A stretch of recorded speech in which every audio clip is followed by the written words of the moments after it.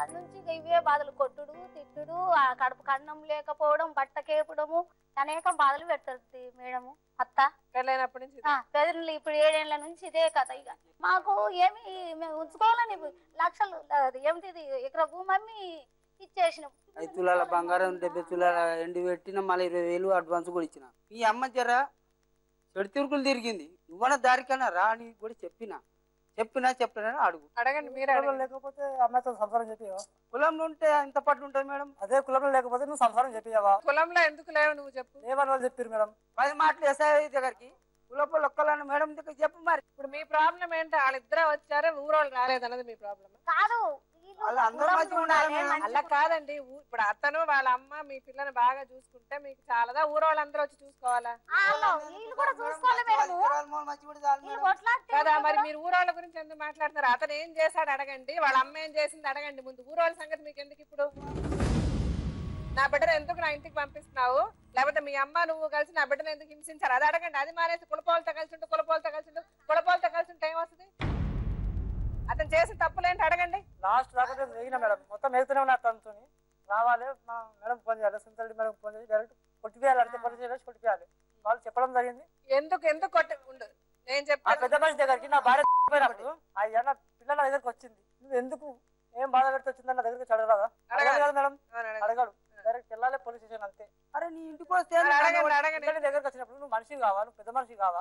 నా దగ్గరకు వచ్చి నా పిల్లలు ఎందుకు కొట్టిన నా దగ్గర వచ్చి నీ దగ్గరకు వస్తేనే ఏరా అంటే నువ్వు నన్ను గల్లబట్టి మీ నేను చెప్తా. అది కూడా గొట్టి ముక్కులో దొరికి ₹1,00,000 దండలు ఇస్తే నీ పిల్లలు తీసుకోపోవాలి.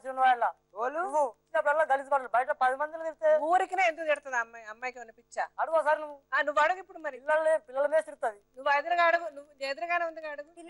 పండుగ రోజు నేను సాయంత్రం నూనె వేసుకొని వచ్చిన.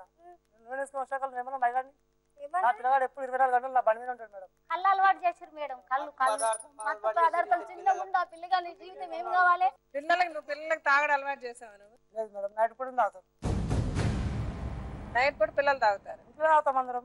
నీకు అసలు బుద్ధి ఉందా? నువ్వు మనిషివేనా? అసలు చిన్న పిల్లలకి తాగడిస్తారు ఎవరైనా? ఇయ్యలేదు మేడం మేము. మరి ఇయ్యకుండా వాళ్ళు లాక్కొని తాగుతారా? పిల్లలు లాక్కొని తాగితే నువ్వు చూస్తూ ఊరుకుంటావా? 9 నెలలు వాళ్ళ అమ్మల ఇంటికి వెళ్ళినప్పుడు కళ్ళు దీపం వెనుక ఉండి కళ్ళు అలవాటు చేసింది వాళ్ళు మేడం, నేను కాదు సంగతి. తాగిన మేడం నా బాధ వచ్చినప్పుడు మా అమ్మ వాళ్ళ ఇంటికి వీళ్ళ బాధలు అయిన ఉండమని చెప్పాడు కదా. నువ్వు తాగావు? నేను తాగాను మేడం, కానీ పిల్లలు నువ్వు తాగించలే. పిల్లలకు తాగించలే. ఎప్పుడు పిల్లలకి తాగడం వాళ్ళు మా అత్తమ్మని తీసుకెళ్తుండే మేడం. ముందు నుంచి తెలుసు మీ అత్తమ్మ తీసుకుని వెళ్తుందని తెలుసు. మా పిల్లలు ఇప్పుడు ఇంకా ప్రాబ్లం ఏంటి? నువ్వు తాగుతావు, నీ పిల్లలు తాగుతావు, నీ మొగుడు తాగుతాడు, ఇంకా ప్రాబ్లమే ఉంది ఇంకా దానికి.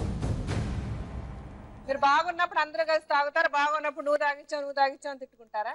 పిల్లల్ని ఏమన్నా తాగినిస్తారా? నేను ఎక్కువ సార్లు తాగించా మేడం. నేను వీళ్ళు తాగిస్తారు.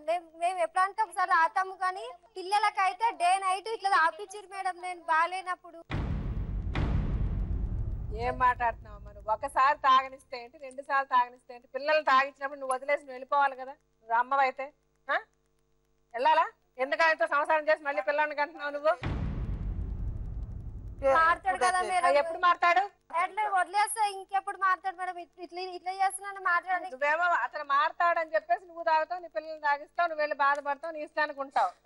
ఆయన ఏమో నీ ఇష్టం వచ్చి అతనికి ఇష్టం వచ్చినప్పుడు కొడతాడు, నచ్చినప్పుడు సంసారం చేస్తాడు. నువ్వు కొట్టించుకుంటావు, సంసారం చేస్తావు. మీ ఇద్దరి మధ్య గొడవలు మేము వచ్చి తీర్చాలి. పెద్దవాళ్ళు మీకు బుద్ధి లేదు. ఇప్పుడు మీ ఎదురెదురుగానే ఉన్నారు మీరు. ఇప్పుడు మీరిద్దరు కలిసి సంసారం చేయాలా వద్దా? చేయాలి మేడం. ఉండండి చెయ్యాలి. నువ్వు అమ్మాయితో సంసారం చేయాలనుకుంటున్నావు? మనస్ఫూర్తిగా మేడం నాకు అమ్మాయితో సంసారం చేపించుకోవాలని ఉంది. ఆమె నా సంసారం ఇష్టంతో చేయమని చెప్పి మేడం. కష్టపెట్టకు మేడం, కాలు మొక్కుతా. ఇష్టంతో చేస్తుంది, కష్టపెట్టదు. అది ఒప్పిస్తాను నేను అతనితో. ఇంకోసారి నువ్వు అమ్మాయి మీద చెయ్యొత్తకూడదు. ఇప్పుడు అతను చెప్పినట్టు నువ్వు కూడా అతను చెప్పినట్టు సంసారం చేయాలి. ఎందుకంటే పెళ్ళాం అన్నాక మొగుడు చెప్పినట్టు సంసారం చేయడంలో తప్పులేదు, అవునా కదా? అతను తప్పు చేసినప్పుడు తప్పు చేశారని అందరూ చెప్తారు.